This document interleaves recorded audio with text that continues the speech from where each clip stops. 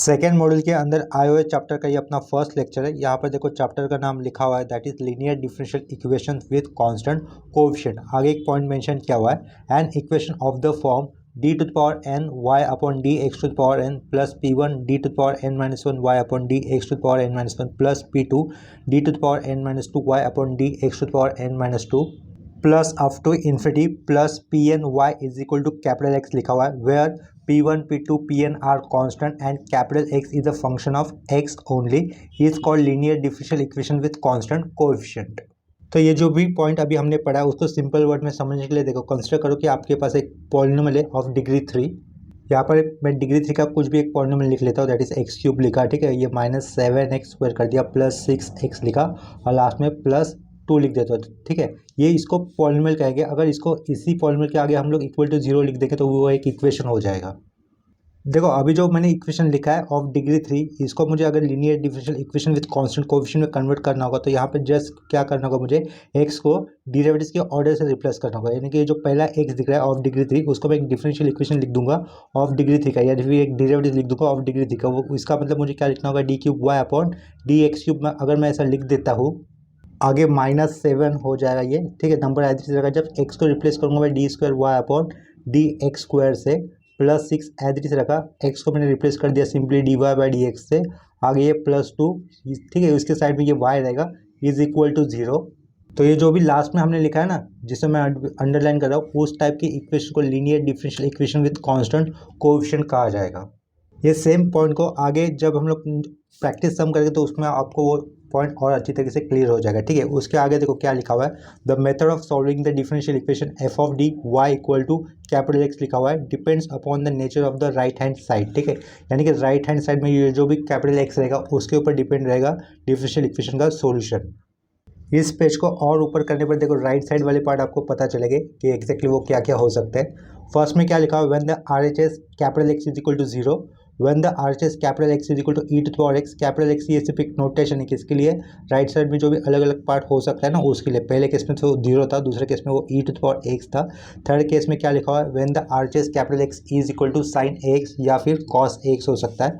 Fourth case में लिखा हुआ है when the RHS capital X is equal to x to the power m. उसके आगे लिखा हुआ है when the RHS capital X is equal to e to the power x dot, ये कैपिटल वी लिखा हुआ है where V is a function of x. Next में लिखा हुआ है when the RHS capital X is equal to small x dot V where V is a function of X. और last point में लिखा हुआ है when the RHS capital X does not belongs partially और completely to any one of the above form. यानी कि ऊपर mention किए हुए किसी भी फॉर्म के साथ अगर RHS कंपेयर नहीं हो रहा या फिर इक्वल नहीं हो रहा तो इन दैट केस हमें क्या करना होगा, वो 7th वाले पॉइंट में हमें क्लियर करना होगा या फिर वहाँ से हमें निकालना होगा। तो अभी हम लोग when the RHS capital X is equal to 0 ये टाइप के जो अगर डिफरेंशियल इक्वेशन आते तो उसका सोल्यूशन निकालना लर्न करेंगे। देखो यहाँ पर क्वेश्चन में क्या दिया हुआ है, to solve differential equation of the type f of d y equal to 0, और नीचे फर्स्ट क्वेश्चन लिखा हुआ है। यहाँ पर देखिए डिफरेंशियल इक्वेशन क्या लिखा हुआ है, d cube y upon d x cube minus 6 d square y upon d x square plus 11 d y by d x minus 6 y equal to 0, ठीक है। तो देखो नेक्स्ट स्टेप में हम लोग क्या करेंगे, ये वाले एरो से आंसर करने के लिए शुरुआत करके और सबसे पहले हम लोग गिवन क्वेश्चन को एक बार फिर से एज इट इज लिख देंगे। देखो यहाँ पर नेक्स्ट स्टेप पे गिवन क्वेश्चन मैंने एज इट इज लिख दिया है। इसको आगे सॉल्व करने से पहले आपको एक छोटा सा कंसेप्ट बता देता हूँ। यहाँ पर कैपिटल डी का मतलब आपको कंसीडर करना होगा डी बाई डी एक्स। क्या कहा, कैपिटल डी का मतलब आपको कंसीडर करना होगा D by d x. D by d x का मतलब होगा डेरिवेटिव, ठीक है। अगर इसके साइड में मैं वाई लगा देता हूँ तो इसी का मतलब क्या हो जाएगा, D by d x for ये वाई हो जाएगा। इसका मतलब ये फर्स्ट ऑर्डर डेरिवेटिव हो जाएगा, ठीक है। अगर मैं यहाँ पर डी स्क्वायर कर देता हूँ तो यहाँ पर भी क्या हो जाएगा, d square y upon d x square हो जाएगा, यानी कि सेकंड ऑर्डर डेरिवेटिव हो जाएगा, ठीक है। इसका मतलब नेक्स्ट स्टेप में आप लोग क्या कर सकते हो, ये जो d cube y upon d x cube लिखा है उसको आप लोग इस तरीके से लिख सकते हो, D cube Y capital D में D cube Y minus 6 times of ये D square Y plus 11 times of ये डी वाई हो जाएगा माइनस 6 वाई हो जाएगा इक्वल टू 0, ठीक है। देखो यहाँ पर वाई दिख रहा है, लेफ्ट साइड में थ्रू आउट फॉर्म में वाई दिख रहा है ना, तो उस वाई को हम लोग कॉमन बाहर लेंगे और फिर ब्रैकेट के अंदर क्या बचेगा, ये simply D cube minus 6 times of d square plus 11 times of D और ये -6 इसको एक ब्रैकेट में इंक्लोज कर देंगे। उसके बाद ये y आएगा इज इक्वल टू 0, ठीक है। नेक्स्ट स्टेप में हमें लिखना होगा writing auxiliary equation. Writing auxiliary equation लिखने के बाद हमें क्या करना होता है, देखो ये जब y को मतलब भूलना होता है, वाई को इग्नोर करना होता है। वाई को इग्नोर करने पर या फिर वाई को गायब करने पर जो भी इक्वेशन बनेगा in terms of D variable, वही हमें सिंपली लिख देना होगा। यानी कि हमें क्या लिखना है, ये जो भी ब्रैकेट के अंदर लिखा हुआ है ना, उसी को लिख देना होगा। वो क्या रहेगा, D cube minus 6 times of ये D square plus 11 times of ये D minus 6 is equal to 0 लिखना होगा। इक्वेशन क्या है, इसके कारण हमें इक्वल टू 0 लिखना होगा। ठीक है, ये जो लेफ्ट साइड में डी क्यूब इस वेरिएबल में आया हो, या फिर लेफ्ट साइड में जो डी में आया हुआ डिफरेंशियल इक्वेशन हमें दिख रहा है, या फिर सिंपली इक्वेशन दिख रहा है, उसको सॉल्व करो। सॉल्व करने पर उसके 3 रूट आएंगे, क्योंकि यहाँ पर डी के पावर में 3 होने के कारण उसके 3 रूट आएंगे, राइट। उसे सॉल्व कर दो आप लोग। इस डिफरेंशियल इक्वेशन को सॉल्व करने पर, यानी फिर आप सिंपली को इस इक्वेशन को सॉल्व करने पर आपको रूट्स क्या मिलेंगे, 1 2 3 ये रूट मिलेंगे। तो यहाँ पर मैं डी इक्वल टू क्या लिख दे रहा हूँ, 1, 2, 3 ऐसा लिख दिया। ठीक है, ये सारे रूट्स कैसे मिले, हमें डिस्टिंक्ट मिले। डिस्टिंक्ट यानी कि अलग अलग रूट्स मिले हुए हैं। इसके बाद हमें सिंपली नेक्स्ट स्टेप में लिख देना है ये y इज इक्वल टू, देखो ये C1 लिखेंगे हम लोग। तो C1 यानी कि कांस्टेंट रहेगा। ये क्या दिख रहा है, 1 दिख रहा है ना, इसके कारण हम लोग उसको कैसे लिखेंगे, e to the power 1x नहीं लिखना है, सिंपली x लिख देंगे। प्लस अभी दूसरे फैक्टर के लिए हम लोग क्या लिखेंगे, ये C2 लिखा, दूसरा कांस्टेंट लिया, e to the power 2x ही लिख देंगे। ठीक है, और ये प्लस अभी ये तीसरा कांस्टेंट टर्म क्या आता है, 3 आया था, तीसरा रूट, तो उसके लिए क्या लिखेंगे, ये तीसरा constant C3 e to the power 3x ऐसा हमें लिखना होगा। ठीक है, तो यहाँ पर लास्ट स्टेप में जो भी लिखा है वही अपने गिवन डिफरेंशियल इक्वेशन का सॉल्यूशन है। इसके बाद सेम कंसेप्ट के ऊपर और एक क्वेश्चन कर लेता हूँ। देखो अभी नेक्स्ट क्वेश्चन में क्या दिया हुआ है, solve d cube y upon d x cube plus 4 times of d square y upon d x square plus d y by d x minus 6 y equal to 0। तो हमें इसका सोल्यूशन निकालने के लिए सेम क्वेश्चन को फिर से एक बार रिपीट कर देना होगा। ठीक है, तो वहाँ पर वो ऑलरेडी रिपीट कर दिया हुआ है। That is to solve d cube y upon d x cube plus 4 times of d square y upon d x square plus d y by d x minus 6 y equal to 0। तो next step में हम लोग क्या करेंगे, ये जो third order का differential equation दिख रहा है ना, तो उसको हमें डी क्यूब वाई से रिप्लेस करना होगा। ठीक है, ये 4 यहाँ पे क्या हो जाएगा, ये डी स्क्वायर वाई लिख दिया, प्लस ये कैपिटल डी लिखकर ये साइड में वाई लिख दिया है। आगे ये हमें माइनस 6 वाई लिखना होगा। ठीक है, इज इक्वल टू क्या होगा, 0 होगा। लेफ्ट साइड में से हम लोग वाई को थ्रू आउट कॉमन बाहर ले सकते हैं, तो ब्रैकेट के अंदर क्या बचेगा, D cube plus 4 times of ये डी स्क्वायर प्लस डी, और ये माइनस 6 रहेगा, राउंड ब्रैकेट क्लोज, उसके आगे ये वाई लिखा इज इक्वल टू 0। तो नेक्स्ट स्टेप में हमें क्या करना होगा, WAE में इसे शॉर्ट फॉर्म में लिख देता हूँ। आप इसको एग्जाम में ऐसा मत लिखना, फुल वर्ड्स में लिखना चाहिए आपने एग्जाम में, राइटिंग ऑक्सिलरी इक्वेशन। ठीक है, तो राइटिंग ऑक्सिलरी इक्वेशन में हमें क्या लिखना होता है, सिर्फ डी इस वेरिएबल से बना हुआ फंक्शन लिखना होता है और उसे इक्वल टू 0 कंसिडर करना होता है। ठीक है, इसका मतलब वो हमें क्या लिखना होगा, D cube plus 4 times of ये D square plus D minus 6 is equal to 0 लिखना होगा। आगे इसके हमें रूट निकालने होंगे। ठीक है, रूट्स निकालने पर क्या आते हैं वो चेक कर लेते हैं हम लोग। देखो इसके रूट्स आपको मिलेंगे 1 -2 और ये -3। ये सारे रूट्स कैसे आए, डिस्टिंक्ट है। डिस्टिंक्ट यानी कि अलग अलग रूट आने के कारण डायरेक्टली हम लोग इसका सोल्यूशन कैसे लिख सकते हैं, y इज इक्वल टू, पहले तो C1 कॉन्स्टेंट आएगा, e टू द पावर 1 होने के कारण ये सिंपली 1x को मतलब ये x लिख दिया, प्लस ये देना होगा। फिर दूसरा constant C2 e to the power -2x आ जाएगा, प्लस अब ये तीसरा कांस्टेंट C3 और e टू द पावर हमें -3x लिखना होगा। ठीक है, तो यहाँ पर लास्ट स्टेप में जो भी लिखा है आपने वो गिवन डिफरेंशियल इक्वेशन का सॉल्यूशन हो जाएगा। ठीक है, डिफरेंशियल इक्वेशन क्या दिया था, देखो ये दिया था ना, जहाँ पर मैंने यहाँ पर दिखा रहा हूँ, देखो फिंगर टिप से, तो ये वाले डिफरेंशियल इक्वेशन का लास्ट लाइन में हमें उसका सॉल्यूशन मिला हुआ है। इस टाइप के क्वेश्चन 3 मार्क्स के लिए एग्जाम में पूछे जा सकते हैं। नेक्स्ट पॉइंट में देखो यहाँ पर क्या लिखा है, auxiliary equation with repeated roots, if a root m is repeated r times then solution is given by, देखो y is equal to C1 लिखा है जस्ट, आगे क्या लिखा है plus C2x plus C3x square plus up to infinity plus CR लिखा है, ये सफिक्स की पोजीशन पे x to power r-1 round bracket close dot e to power mx। ठीक है, ये आगे लिखा हुआ है। ठीक है, आगे जगह नहीं थी इसके कारण मैंने ये डॉट लिखा है, वो वाला पार्ट नीचे लिखा हुआ है। ठीक है, इसी कंसेप्ट के ऊपर ये वाला जो कंसेप्ट अभी हमने रीड किया है वो उसके मतलब उसके ऊपर प्रॉब्लम जब आ जाएगा उसके अंदर आपको ज़्यादा अच्छी तरीके से क्लियर हो जाएगा। ठीक है, तो देखो क्वेश्चन में क्या लिखा हुआ है, d cube y upon d x cube minus 5 times of d square y upon d x square plus 8 times of d y by d x minus 4 times of y is equal to 0। तो इस question को solve करने के लिए हम लोग को ये वाले एरो से शुरुआत करके सबसे पहले हमें क्या करना रहेगा, गिवन क्वेश्चन को फिर से एक बार एज इट इज लिख देना होगा। यहाँ पर गिवन क्वेश्चन को एक बार एज इट लिख देने का हमें देखो नेक्स्ट स्टेप में क्या करना चाहिए, ये कैपिटल डी क्यूब वाई लिख दिया। ठीक है, माइनस ये 5 times of capital D square और ये वाई लिखा, प्लस 8 टाइम्स ऑफ ये कैपिटल डी और ये साइड में वाई लिखा, -4 लिख दिया, तो उसके साइड में वाई था वो भी लिखा, is equal to 0। Next step में हम लोग वाई को थ्रू आउट कॉमन बाहर लेंगे, ब्रैकेट के अंदर क्या बचेगा, D cube minus 5 times of ये डी स्क्वायर प्लस ये 8 टाइम्स ऑफ डी और ये आगे का -4, वाई को बाहर लिया तो वो ब्रैकेट के अंदर लिखना होगा, सॉरी ब्रैकेट के बाहर लिखना होगा, इज इक्वल टू 0। ठीक है, नेक्स्ट स्टेप पे हमें लिखना है WAE, उसका मतलब होता है राइटिंग ऑक्सिलरी इक्वेशन, जिसका मतलब वाई छोड़कर जो भी इक्वेशन दिखाई देगा हमें डी वेरिएबल का वो हमें लिख देना है और उसके इक्वल टू में 0 लिख देंगे। ठीक है, इसका मतलब हम लोग क्या लिखेंगे नेक्स्ट स्टेप में, D³ -5 टाइम्स ऑफ ये D² आएगा plus 8 times of D minus ये 4 लिख दिया इज इक्वल टू 0। इस डिफरेंशियल इक्वेशन को, सॉरी डिफरेंशियल इक्वेशन तो है ये कैपिटल डी है ना, इसके बाद ये तो डिफरेंशियल इक्वेशन ही है अभी भी, लेकिन इसको सॉल्व करने पर देखते हैं रूट्स हमें क्या मिलते हैं। वो देखो इस इक्वेशन को सॉल्व करने पर आपको रूट मिलेंगे 1, 2, 2। ठीक है, देखो कैल्सी पर अगर ये रूट आप लोग फाइंड आउट करते तो इसमें लास्ट रूट जो भी रहेगा रिपीटेड वाला वो कैल्सी एक ही बार दिखाएगा। इसका एक मतलब देखो ये इक्वेशन अगर मैं कैल्सी पे सॉल्व करता तो x1 रूट मुझे क्या दिखाई दे रहा है यहाँ पर 1, x2 कितना रूट दिखाई दे रहा है मुझे 2 दिखाई दे रहा है, लेकिन x3 रूट नहीं आएगा। क्यों नहीं आएगा? क्योंकि वो रिपीट हुआ है इसके कारण। यहाँ पर देखो इक्वेशन में x³ टाइप का था ना, 3 रूट आने चाहिए तो x3 आएगा ही नहीं। ये x2 देखो x2 के बाद डायरेक्टली अगर मैं इक्वल टू पुट कर रहा हूँ तो डायरेक्टली मैं स्टार्ट वाले इक्वेशन के ऊपर आ रहा हूँ। ठीक है, जहाँ पे मुझे कोएफिशिएंट पुट करने थे। तो अगर कोई रूट रिपीट होता है तो वो लास्ट में आता है, इतना समझ लो। ठीक है, x3 नहीं दिखा रहा है, x2 दिखा रहा है, मतलब आपका x3 भी x2 जितना ही होगा। ठीक है, तो यहाँ पर देखो जो रूट डिस्टिंक्ट है उसका तो कोई प्रॉब्लम नहीं होगा। तो रूट्स आने के बाद सॉल्यूशन कैसे लिखना होगा, देखो y इज इक्वल टू ये 1 डिस्टिंक्ट है तो C1 e to the power simply x लिख दिया, प्लस ये 2 रूट रिपीट है इसके कारण ब्रैकेट पहले तो इसका ये C3 कांस्टेंट, उसके साथ में कुछ नहीं आएगा, x नहीं आएगा।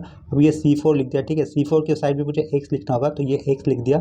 फिर अभी ये राउंड ब्रैकेट क्लोज, फिर e टू द पावर मुझे 2x लिखना होगा क्योंकि ये 2 रूट रिपीट हुआ इसके कारण।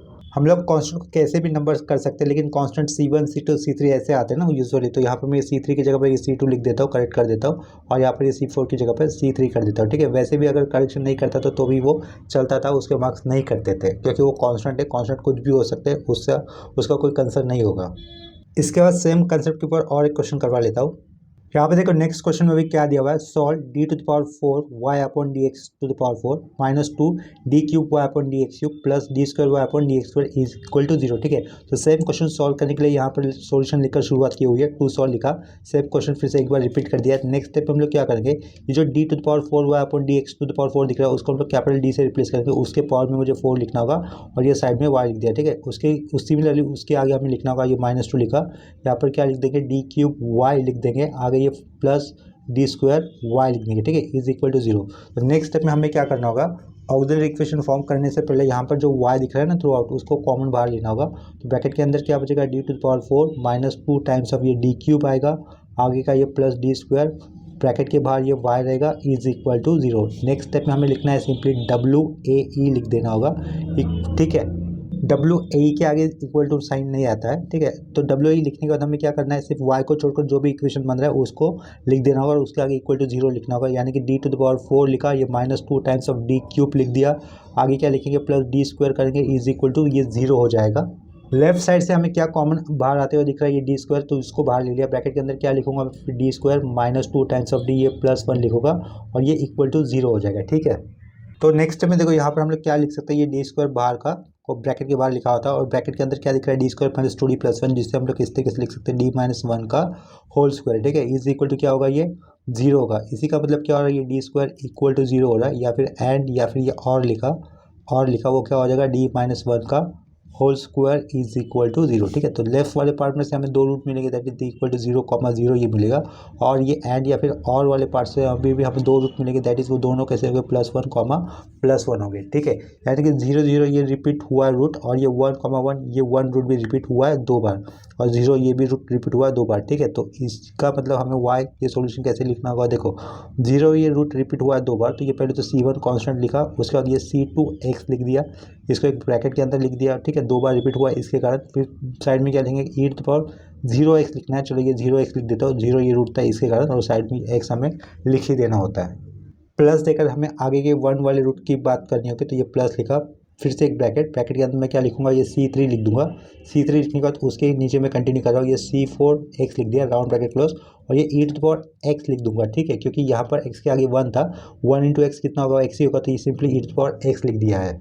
इसको नेक्स्ट स्टेप में और एक हम लोग ऐड कर सकते हैं, किस तरीके से, देखो एनीथिंग रेस टू 0 कितना होता है, 1 होता है, तो ये 1 लिखने की जरूरत नहीं होती, तो इसका मतलब नेक्स्ट स्टेप हम लोग सिंपली क्या लिखेंगे, ये C1 प्लस ये C2x लिख दिया, प्लस ये C3 हो जाएगा, प्लस ये क्या हो जाएगा C4x, लेकिन ये ब्रैकेट में रहने वाला है और लास्ट में ये e⁻x आ जाएगा। ठीक है, यहाँ पर हमने जो अभी लास्ट स्टेप में लिखा है वो है अपना रिक्वायर्ड डिफरेंशियल इक्वेशन का सॉल्यूशन। नेक्स्ट पॉइंट में देखो यहाँ पे क्या मेंशन किया हुआ है, auxiliary equation with imaginary roots. ठीक है, आगे लिखा हुआ है if the auxiliary equation has complex root that is alpha plus i beta and alpha minus i beta, then उसका सॉल्यूशन देखो किससे दिया जाएगा, y is equal to e⁻α x, यानी कि इमेजिनरी पार्ट में आया हुआ और ये अल्फा। ठीक है, e⁻α x ब्रैकेट के अंदर क्या लिखा है C1 cos beta x plus C2 sin beta x और लास्ट में राउंड ब्रैकेट क्लोज कर दिया। ठीक है, आगे पॉइंट मेंशन किया है if the auxiliary equation has repeated complex root that is alpha plus i beta and alpha minus i beta are repeated twice और more times, then y is equal to e⁻α x ही लिखेंगे हम लोग। Bracket के अंदर क्या लिखना होगा, रिपीट रूट होने के कारण ये C1 प्लस C2x आएगा, cos beta x plus C3 plus C4x आ जाएगा और आगे sin बीटा x लिखना होगा। यहाँ पर लास्ट पे जो भी सॉल्यूशन लिखा हुआ है वो सॉल्यूशन कॉम्प्लेक्स रूट अगर 2 टाइम्स रिपीट होते हैं तो उसको कंसिडर करके लिखा हुआ है। ठीक है, तो ये वाले कंसेप्ट के ऊपर एक क्वेश्चन कर लेते हैं अभी। यहाँ पे देखो क्वेश्चन में क्या दिया है, solve d³ y upon dx³ plus y equal to 0। ठीक है, तो इस क्वेश्चन को सॉल्व करने के लिए हम लोग ये वाले एरो से शुरुआत करके और सबसे पहले हमें गिवन क्वेश्चन को एक बार फिर से एज इट इज लिख देना होता है, जो कि यहाँ पर लिख दिया हुआ है d³ y upon dx³ plus y equal to 0। Next step पे हमें क्या करना होगा, ये जो थर्ड ऑर्डर का डिफरेंशियल दिख रहा है ना d³ y अपॉन dx³, उसको हम लोग रिप्लेस कर देंगे d³ कैपिटल d³ y इस तरीके से लिखकर आगे ये प्लस y एज इट रखा इज इक्वल टू 0 कर दिया। ठीक है, यहाँ से हमें नेक्स्ट स्टेप में y को कॉमन बाहर लेना होगा, तो ब्रैकेट के अंदर क्या बचेगा ओनली d³ प्लस 1 और इसके बाद y रहेगा इक्वल टू 0।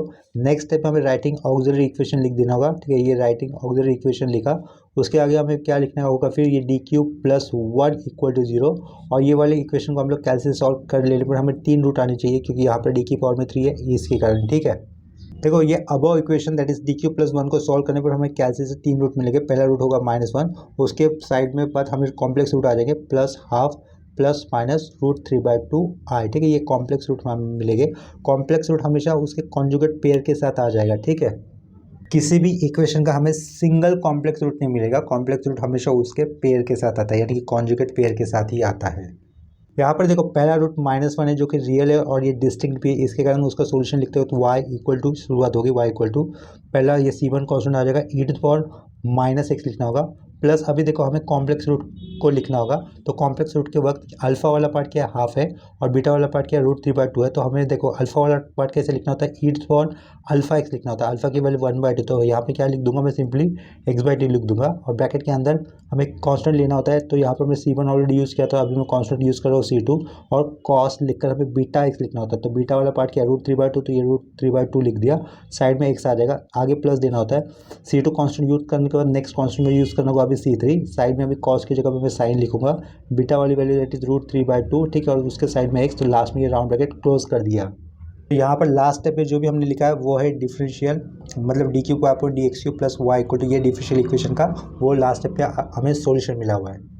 इसके बाद सेम कंसेप्ट के ऊपर और एक क्वेश्चन कर लेते हैं अभी। यहाँ पर अभी देखो नेक्स्ट क्वेश्चन में क्या लिखा है, solve d⁴ y upon dx⁴ plus 6 times of d² y upon dx², ये 2 होना चाहिए था, यहाँ पर dx² लिखा हुआ है। ठीक है, आगे plus 9y equal to 0। Next step में फिर से सेम क्वेश्चन यहाँ पर रिपीट कर दिया, यहाँ पर भी ये पावर में 2 होना चाहिए था। ठीक है, इतना क्लियर हो गया। तो देखो सेम क्वेश्चन को रिपीट करने के बाद हम लोग क्या करेंगे, ये d⁴ y अपॉन dx⁴ है, तो इसको हम लोग कैपिटल D से रिप्लेस कर देंगे और कैपिटल D के पावर में हमें ये 4 लिखना होगा, साइड का ये y लिख दिया। ठीक है, प्लस यहाँ पर क्या हो जाएगा 6 लिखा, d² ये y लिख दिया, प्लस ये 9 यहाँ पर साइड में y लिख दिया is equal to 0। Next step में हमें थ्रू आउट y को कॉमन बाहर लेना होगा, तो ब्रैकेट के अंदर क्या बचेगा d⁴ प्लस 6 टाइम्स ऑफ ये d² प्लस ये 9 और राउंड ब्रैकेट लिखकर उसके बाहर हमने y लिखा इज इक्वल टू 0। ठीक है, नेक्स्ट स्टेप में हमें फिर यहाँ पे मेंशन करना होगा राइटिंग ऑक्सिलरी इक्वेशन। तो राइटिंग ऑक्सिलरी इक्वेशन हमें क्या लिखना होगा, वो लिखने के बाद d⁴ प्लस 6 टाइम्स ऑफ ये d² plus 9 is equal to 0। ठीक है, देखो यहाँ से 4 रूट आ जाएंगे d⁴ होने के कारण। देखो इसका सोल्यूशन कैसे सॉल्व कर सकते हैं हम लोग, कैपिटल D² को हम लोग m कंसिडर कर लेते हैं। क्या कहा, कैपिटल D² को हम लोग m कंसिडर करते हैं, तो वो लेफ्ट इसका इक्वेशन आगे कैसे हो जाएगा m² plus 6m plus 9 is equal to 0 ऐसा हो जाएगा। ठीक है, तो हमें इसके फैक्टर कैसे निकालेंगे, ये तो क्वाड्रेटिक इक्वेशन हो जाएगा, मल्टीप्लिकेशन 9 आना चाहिए और उन्हीं किसी 2 नंबर का एडिशन या फिर सब्ट्रैक्शन 6 आना चाहिए। तो 3 × 3 करने पर कितना हो जाएगा, मल्टीप्लिकेशन 9 मिल रहा है और 3 + 3 करने पर एडिशन 6 भी हो रहा है।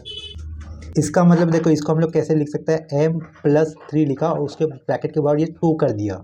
अगर हम लोग m+3 को एक्सपांड करेंगे तो m+3 द होल स्क्वायर को एक्सपांड करें तो ये ऊपर वाले एक्सप्रेशन मिल जाएगा जिसको मैंने अंडरलाइन किया है, ठीक है। यहाँ पर मैं आगे इक्वल टू 0 भी लिख देता हूँ। इसी का मतलब क्या हो जाएगा, m+3 ये टर्म 2 बार आ जाएगा, m+3 द होल स्क्वायर, इसके कारण इसका मतलब क्या हो जाएगा, ये m+3 इक्वल टू 0 ये एक बार है, और एक बार हम लोग क्या लिख सकते हैं, m+3 इक्वल टू 0 ये फिर से रहेगा, ठीक है। यहाँ पर हम लोगों ने m की वैल्यू क्या ली थी, डी स्क्वायर, ये वैल्यू ली थी, तो ये डी स्क्वायर इक्वल टू क्या हो जाएगा, -3 हो जाएगा। इसी तरीके से राइट साइड में भी ये डी स्क्वायर इक्वल टू क्या हो जाएगा, -3 हो जाएगा, ठीक है। डी स्क्वायर इक्वल टू -3, इसका रूट क्या आ जाएगा, डी इज इक्वल टू, ये 2 रूट आएंगे स्क्वायर होने के कारण, वो क्या आएंगे, +-√3i हो गए, ठीक है। इसी तरीके से ये वाला डी स्क्वायर का अगर हम लोग इसका भी वैल्यू निकालते हैं, रूट निकालते हैं, तो क्या हो जाएगा, वो भी D is equal to +-√3i हो जाएगा, ठीक है।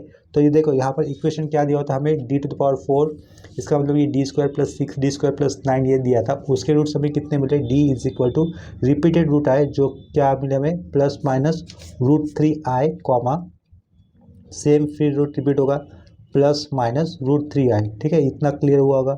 नेक्स्ट यहाँ पर देखो अल्फा का टर्म 0 आया हुआ है दोनों केस में, सिर्फ हमें बीटा की वैल्यू रिपीट आते हुए यहाँ पर दिख रही है, ठीक है। तो इसके कारण हम लोग इसका सॉल्यूशन आगे कैसे लिख सकते हैं, देखो ये y इज इक्वल टू लिखा, अल्फा तो मिसिंग है, इसके कारण e⁴0x लिखकर कोई मतलब नहीं होगा क्योंकि एनीथिंग इज टू 0 कितना तो 1 होता है, तो डायरेक्टली हम लोग कॉन्स्टेंट वाला टर्म ये c1 लिखेंगे, आगे क्या लिख देंगे, c2x लिख देंगे, रिपीट हुआ है इसके कारण, और इसके बाजू में क्या लिखना होगा, cos√3x लिखना होगा, ठीक है। ये आगे क्या आ जाएगा, प्लस आ जाएगा। नेक्स्ट कांस्टेंट मुझे लिखना होगा c3 + c4x, इसको एक ब्रैकेट में लिखकर साइड में मुझे क्या लिखना होगा, sin√3x लिखना होगा, ठीक है। इतना समझ में आया होगा। ये कॉम्प्लेक्स रूट रिपीटेड होने के कारण सॉल्यूशन इसी तरीके से लिखा जाता है। यहाँ पर देखो आगे नेक्स्ट पॉइंट में क्या लिखा हुआ है, auxiliary equation with real irrational roots for the irrational roots alpha plus root beta comma, या फिर एंड लिखा हुआ है alpha minus root beta, the corresponding part of the solution is given by y equal to e⁴α x, bracket के अंदर क्या लिखा है, c1 cos h root beta x plus c2 sin h root beta x, ठीक है।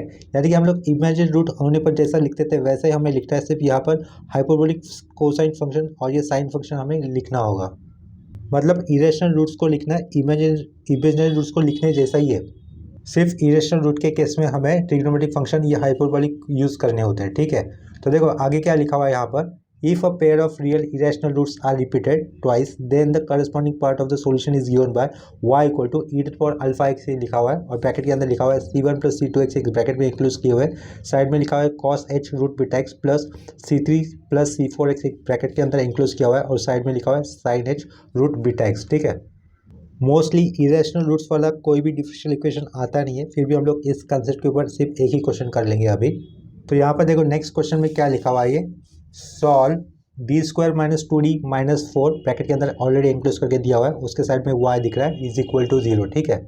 So given differential equation को solve करने से पहले हम लोग यहाँ पे एक एरो पुट कर देंगे और फिर से एक बार क्वेश्चन को रिपीट कर देंगे, दैट इज टू सॉल्व लिख दिया है। ब्रैकेट के अंदर मुझे लिखना होगा d² - 2d ये -4 ब्रैकेट के अंदर लिखकर साइड में ये आया हुआ y लिख दिया है, दैट इज इक्वल टू 0। यहाँ से हमें डायरेक्टली ऑक्सिलरी इक्वेशन मिलेगा, तो यहाँ पे नीचे क्या लिखा है, राइटिंग ऑक्सिलरी इक्वेशन, y छोड़कर जो भी बचता है d में आया हुआ फंक्शन वो हमें लिख देना होगा, वो रहेगा d² - 2d - 4 is equal to 0, ठीक है। इतना कर दिया, इसके बाद हमें इसके रूट्स फाइंड आउट करने होंगे, देखते हैं इसके रूट्स क्या आते हैं वो। देखो हमें इसके रूट्स रियल और इरेशनल मिलेंगे, देखो 1 - √5 मिला, और ये पहला रूट क्या आया हुआ है, 1 + √5 आया हुआ है, ठीक है। ये भी रूट कैसे रहेंगे, पेयर में रहेंगे अपने कॉन्जुगेट टर्म के साथ, तो ये 1 ± √5 लिख दिया है, ठीक है। यहाँ पर अल्फा की वैल्यू 1 है और बीटा की वैल्यू √5 हो गई, तो इसके कारण हम लोग नेक्स्ट स्टेप में इसका सोल्यूशन कैसे लिखेंगे, देखो e⁴α x लिखना होगा, अल्फा तो 1 है तो सिंपली x लिख देंगे, और ब्रैकेट के अंदर क्या लिखना होगा, ये c1 cos h आएगा, ठीक है, हाइपरबोलिक कोसाइन फंक्शन आएगा, साइड में ये √5x लिखना होगा, फिर से ये आगे c2 लिखा, फिर ये sin h लिखेंगे और उसके साइड में √5x लिखना होगा, ठीक है। यहाँ पर √5 ठीक से नहीं दिख रहा है, ये 5 लिखा है, साइड में ये x होगा, लास्ट में राउंड ब्रैकेट क्लोज कर दिया। यहाँ पर लास्ट स्टेप में हमें गिवन क्वेश्चन का सॉल्यूशन मिल जाता है। ये वाले प्रॉब्लम के साथ हम लोग यहीं पे रुक जाते हैं। आज के लेक्चर में अगर किसी प्रॉब्लम में डाउट आता है तो आप लोग मुझे कमेंट सेक्शन में इन्फॉर्म कर सकते हो। तो नेक्स्ट लेक्चर में इस टॉपिक को कंटिन्यू करते हैं, तो अभी के लिए ये लेक्चर यहीं पे स्टॉप करते हैं, मिलते हैं नेक्स्ट लेक्चर में, ठीक है।